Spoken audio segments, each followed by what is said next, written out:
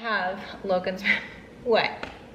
I have Logan's memory boxes sitting right here, and I was just gonna show you guys a few things that I have. I love to pull out his memory boxes like around like the month of April and December, just because I love to look at his things. I'm just gonna kind of show you what I have in here. And then I was just gonna talk to you a little bit about Logan. I know I had some questions from grieving moms who have lost babies. And so Corey and I are gonna answer some questions on how we kind of have dealt with it and how we continue to deal with it. This was actually the size diaper that he was wearing. He was tiny. He was 12 pounds, 5 ounces at 8.5 months old. He was little. It was hard for him to get the calories that he needed to grow, obviously. And he was breathing like 80 breaths per minute. So it was like doing cardio all the time. Here's his newspaper obituary, and I saved it. I actually have so many. I have laminated copies somewhere. Oh yeah, here's my laminated copy.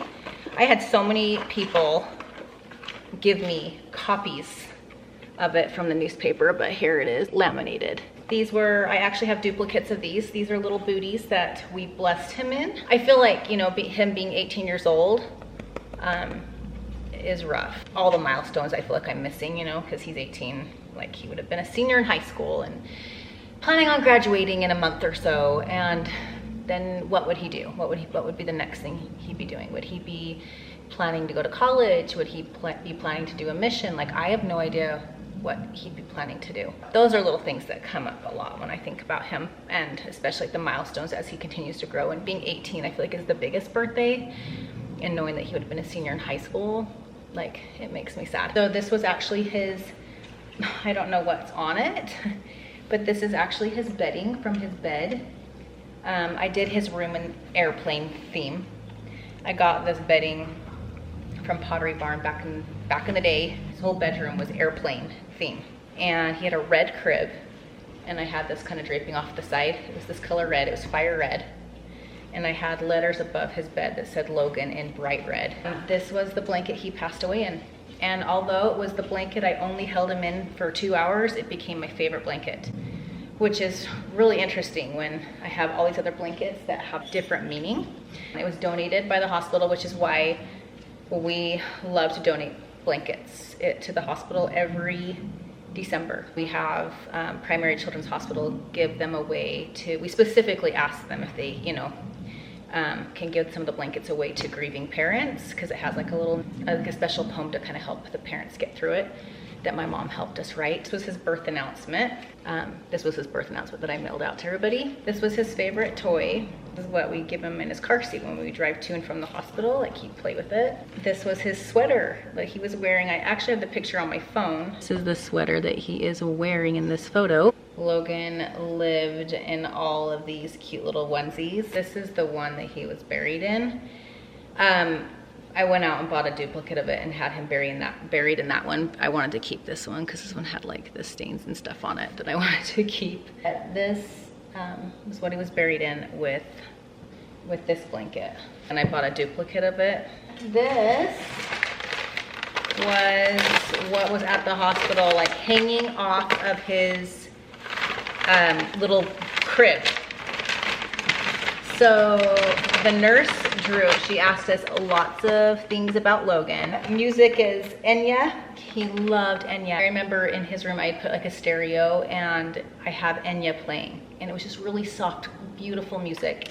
And he loved that. I like put it on when we put him down for naps and stuff. So we had Enya and we had big, like classical, like Mozart. The airplane outfit that we brought him home in with the matching blanket. Then at the hospital, they gave us this little, they were trying to describe to Kesley what had happened to Logan. They said, okay, little brother is not doing well, he's sick, so we're gonna put a little shot through here and give him medicine. And like, they were just trying to show her all the things. So they used a doll, and they asked her to go ahead and color the doll. So this was Kesley's little artwork. So you know Kesley's blanket that she has, more like a rag? Okay, this is what it used to look like. And Logan had 2 of these. And when Logan passed away, she took one. And I kept the other one. But Kesley's blanket used to look like this. It was beautiful and pieced together. It looks more like a rag now. I should send this to her. She took her blanket with her on her mission. She had a pink one identical to it. But what's funny about it is when he passed away, she preferred the blue and she wanted his. I have like Logan's little shelf over here. So this is our hand mold. We got this made the night he passed away. That is his foot, also made the night he passed away. Another one of his little hand. And then this is a family thing that Kesley gave me for Christmas, like 2 years ago. It's my favorite thing ever because it includes him in our family photo. And we have his little picture up there too. Did you guys tell Kesley right away what happened to losing like Logan? She kind of knew the whole process of it. I mean, we didn't keep her in the dark. She was too young to really comprehend exactly what was going on. But you know, there were certain little things that we did to help her try to understand. Did this experience bring you closer to God? Absolutely. I think at first though, I was pretty angry at first. I was really mad. You go through stages as you lose someone. You know, you go through the denial, and then you go through, you know, like just grief and sadness. There's so many different stages and everyone grieves differently. But like I was angry for a good minute. Over time, I think it brought me closer after a while. But there were a few things that I think that kind of happened through that experience with Logan. You know, when he passed away and everything, that drew us really close to God. You know, I think at the time it was hard to kind of distinguish exactly what was happening or whatnot, but with time, you know, there were those few moments that really stood out with you. You kind of look back at it and there was some experiences that were really close to God. Yeah. What sports do you think Logan would have played? He would be 18 years old right now. What sports do you think he would have played in high school? I've always liked soccer since that's what I played in college and everything. So soccer for me is probably a direction I would have kind of tried to have him go down if he would have been interested in that. Mm-hmm. Kesley's not here to answer this, but it says, does Kesley remember anything with him, or was she too little? So I mean, she says like she'll remember little things if she's like, I remember things because we watch it on video. Like she would watch him on video all the time, so I think that's how she kind of remembers him. But she remembers little things like his crib and stuff that she would jump into. She'd lay in his bed with him. Just little things, but overall I don't think she remembers too much of it. She was just barely 3 when he passed away. Turned 20 on the December 23rd. She turned 3 and he passed away. That's why December 29th. That's why it's nice to have those memories, those videos that you can go back and watch. I'm so glad we have all those videos. How close was him and Kesley in age? A little over 2 years. Best buds too. They really were. How did the doctor kind of tell you he was going to die? Dr. Curtis was the actual surgeon. Heart surgeon. Yeah, and then we had a cardiologist. Her name was Susan Etheridge, and she was amazing. And then there was just other doctors who kind of looked over him a lot at Primary Children's. And so that one of them was there, and I just said, it was like a fellow in medical school. I said, how long do you think he has to live? And he's like 2 weeks to a month. And so that's when it was like 2.5 weeks later, like he literally passed away. We were slowly kind of prepared for it. They asked us that last time. I remember we went and they had us go sit in the room with them so we could sit down and talk, and we had your dad come. Mm-hmm. And we sat there and talked about it, and he asked, he's like, okay, he's like, we can go in and do another open heart surgery. We can go do a third open heart surgery. He's all, but with the condition of having 1 and also 2, and he continues to digress.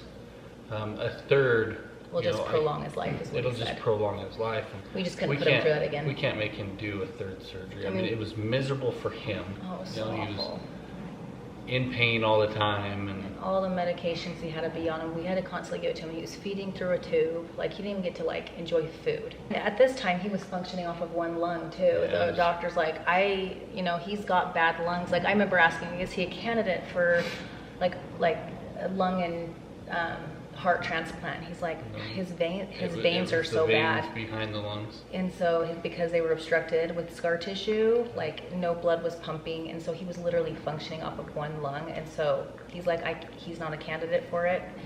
And so we knew that, and so they're like, it's just a matter of time before the other side fails. And so we're like, well, we just can't put him through this. And that's when they're like, take him home and enjoy him. you guys have like 2 weeks to a month.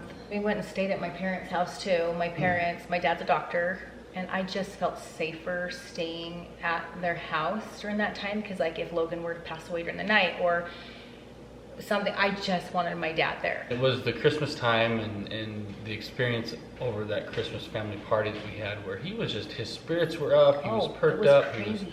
Seemed like he was doing amazing. Like almost seemed like he was as healthy as could be. It was like his whole last entire day. hurrah. And then I remember that night he got irritated and he ripped out his feeding tube. My brother-in-law put that He in. ripped out his feeding tube, and that was kind of the downturn. And I hated having to put that tube, and they trained me how to do it, and I personally I didn't want to do it, because like I hated seeing him like kicking, cry as we're putting down this tube down his throat, because you know I'm sure it's so uncomfortable. I've never had a tube Just down my throat. I'm sure it was so uncomfortable. It just made me. It just honestly, you guys, it just makes me so sad to think about. But my brother-in-law is also a surgeon, and so he was there, and I asked him to help me put it down his throat and like get him back on his feeding tubes. But like it was just hard. So we kind of noticed things were taking a turn. But he was great on Christmas Day, totally happy. And when did we end up going in the hospital? December 28th. So that was on Christmas Day, the 25th. The 28th, that morning specifically, that I was up all night with him that night, and I swear it's like he knew he was gonna go. And it was like 5 or 6 in the morning. I'm holding him and crying to Heavenly Father. I'm just like, I need to know, like, what do I need to do? I need, like, what am I supposed to do? And then I turned to Corey and I'm like, I really think it's time to let him go now. And like I just felt in my heart, and like as soon as I said that, he like declined his whole.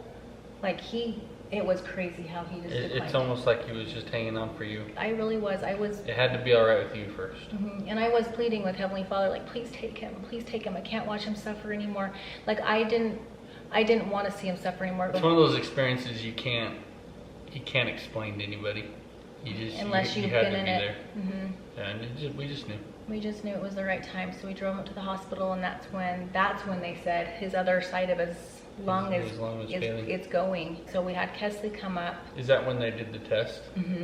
Yeah, they did the test on his veins. It was like the heart cath test. And they showed us the X-ray of it, and the only blood he had going through was just a little pin drop. Yeah, they showed like dye being shot through his veins, and it would just kind of dissolve out instead of showing it like shooting into his little heart. It would just dissolve, so he wasn't getting any blood flow to his heart. And so the doctor's like, yeah, he's going. So like we had Kesley come up. She said goodbye with family and friends come up. Hand molds and foot molds made. Intubated him to be able to do those tests, or otherwise it would irritate him. And intubated him, and that's when he never came out of the Never woke up again out of that. Which I'm grateful for. He needed to be comfortable, but there was a cool experience. That's the experience with Kesley. That last day when Kesley came to say bye to him, as soon as he heard her voice, his eyes just popped open like this, and he just stared at her. You know, like trying to fight it. And you could see him like starting to grin a little bit. And then you see his eyes, he's just fighting it, and then his eyes slowly just started closing again. Yeah. And it was funny because he wouldn't respond to any, like me or you. Yeah, he never. Like, Logan, no response. But as soon as he heard Kesley's voice, it was like. His eyes just perked way open. Yeah. So, that was so cute. But that was it. Yeah. Last time we saw and every time we tell Kesley that story, I mean, she even gets emotional when she hears that story. It's really like, I don't know. I think they had like a really good bond. They let us take him into a room, and a very private, quiet room. They closed the doors, and then they just took all the tubes and everything out of it. They just kept just going into that room. You just think about it. You're going into the room to wait for somebody to pass away, and it's just horrible. Like you just hate for anybody to go through that experience. It's just it's like, I don't want to be here right now. I don't want to be here this ever. This is not where I want to be. No, never did we ever think we'd go through that ever. And it can either make or break a couple. It just feels weird. Like I remember when they escorted us back. You guys ready? They escorted us back to that room. It's like this. I would have turned and ran away as fast as I could if I could have. It was horrible. Like, I do not want to go in this room. I knew it, and that was the last time we were going to see him. And so they took all the tubes and everything, and he just had the IV with some morphine to keep him comfortable. The nurse was so great too. I can't remember her name. And she kind of came in and out of the room as like she knows his heart was slowing down. But it was just me and Corey in there, and it was the most like beautiful, peaceful feeling in that room. Like, I can't even explain to you how it felt. We could just feel angels around us. Like, it was the most amazing thing in the world. And this, you know, we try to share this experience with you, but if you weren't there, you don't see it, you don't feel it, you don't understand it. You won't understand it. Yeah. You know, this is our experience, and no one will ever have that same experience. You know, of course, other people have gone through stuff like this before, and they probably felt something. This one is ours. Yeah, this one's ours. It really was. That experience was closure. We needed it. I think losing somebody, you know, where they're there one morning or they get in a car accident or something like that, and then you don't see them again. I think that would be harder than what we went through, because we went through a process and there was closure to it. It wasn't we were going through the grieving phases before it even happened. We had like a beautiful experience with him after he passed away. How we were able to give him a bath, one last little sponge bath, and we put like a new diaper on him and wrapped him up in that blanket right here. I wrapped him up in it, and we just held him for 2 hours until his body was like really cold. And the morgue came, and I remember specifically I wanted to follow the morgue down to the car because I wanted to see him. He's like, and then I think it was the nurse. She's like, no, you guys don't want to do that. Not a good experience. They're gonna put him in a body bag and zip it up. So I didn't know that, and so I'm like, oh yeah, I don't want to see that. But I remember walking out of the hospital. You didn't want to leave him? I didn't want to leave him, but I remember walking out and thinking, I'm never coming back here again, and he's not gonna be here. That was so hard, huh? Yeah. And so it was. Which we didn't ever see him again until his funeral. The funeral. And then we got to go see him, and he was so beautiful. We weren't gonna have an open casket. We were gonna have a closed casket, and then. And our reasoning for that was, I think it's hard to see. Yeah. You know, when you see older people, it's like, okay, you know, they've lived a long life. They've, you know, so it's a little bit easier to have an open casket for those, which is obviously never easy, but it's easier than seeing a young child. Like a little baby. But we just weren't going to. And then we saw him. I remember I was so nervous to see him because I'm like, oh, I just don't want to see what he's going to look like because he won't look like himself. But we walked back there and he looked exactly like himself. Like, he was beautiful. Like, he just looked like he was sleeping. It still looked just like him. And so we asked them if it was okay to have it open. They're like, oh yeah, you guys can totally have it open. So we had lots of friends and family come in and get to see him too. I know there was a question too of asking like, what can I do for grieving, like a friend who just lost a baby? Honestly, be a listening ear. And for the first few years, I would say if you can, try to remember the death date of it or the birthday, and send her a text, or just, you know, just, hey, like, I'm thinking of you. You don't have to do anything more than that, but I feel like I love it when people will send me a message on his anniversary. Still, this day, I get friends and family who are like, I'm just thinking of you guys. I'm like, it just makes me feel good. And because you know, it's been 18 years and I'm still getting messages from family and friends of like, we're thinking of you today, hope you're doing okay, even on his birthday. You don't have to do anything crazy, but I just feel like try to remember your friends, those dates. Write them down, put them in your calendar on your phone so you can be like the first one to text her. I had really sweet things. If you want to give her a gift, we had someone create a necklace for us with his picture on it. We've had like for his birthstone given to me on a ring. I remember there was one thing that was really nice, and I mean this was kind of a group gift from your friends. They gave us like a little night stay, this really sweet bed and breakfast, but it was fun. Like we were able to do that together, and I feel like that was something we needed as a couple too, because we had been through so much. That's just something, if you're wanting to gift someone something that's meaningful, because you really don't know how or what to say to people. And I remember when people come up to me at the funeral and they're like, I'm so sorry. And I'm like, don't say that. It's hard because you don't know what to say. Yeah. But I feel like, so what happens is you have so many people come up to you all the time and say, I'm sorry, I'm sorry, I'm sorry, I'm sorry. You know, and they mean well. You keep hearing that over and over again. And they mean well. And after a while of just hearing that, it kind of irritates you after a while. It's just like...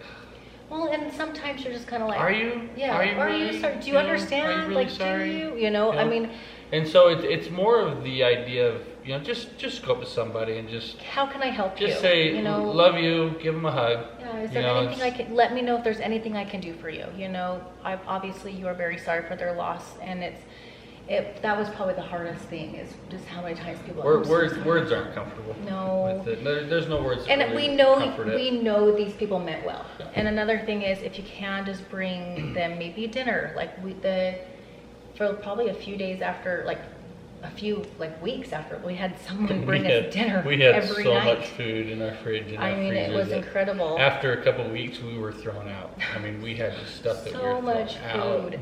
It was so sweet. It was seriously like the sweetest thing. But we felt so much love from people, because you really don't know what else to do, so you want to do something. And I would usually write someone like a little letter of kind of the phases and like that they're going to go through, and certain emotions are normal, and everyone grieves different. And we've kind of passed on some of the gifts that we received. We've kind of passed on to other people. Covered a lot of it. I'm hoping I answered most of the questions. A lot of them were the same. You know, how do you deal with grief? Lots of questions are what happened. You know, there's some people that aren't familiar with it all, but you're going to tag those videos.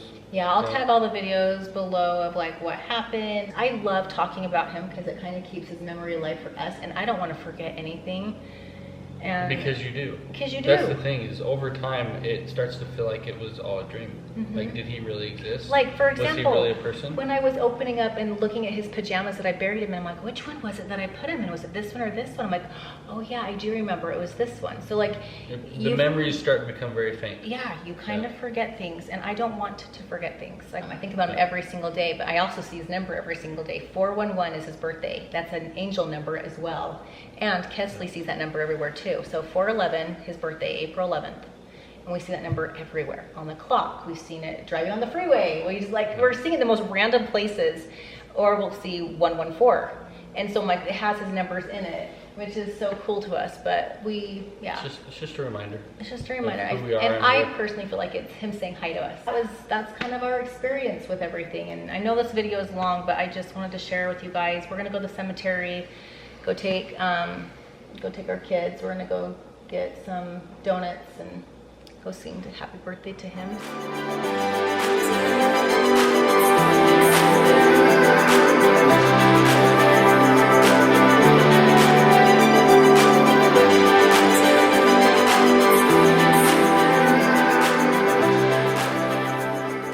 Happy birthday to you. Happy birthday to you.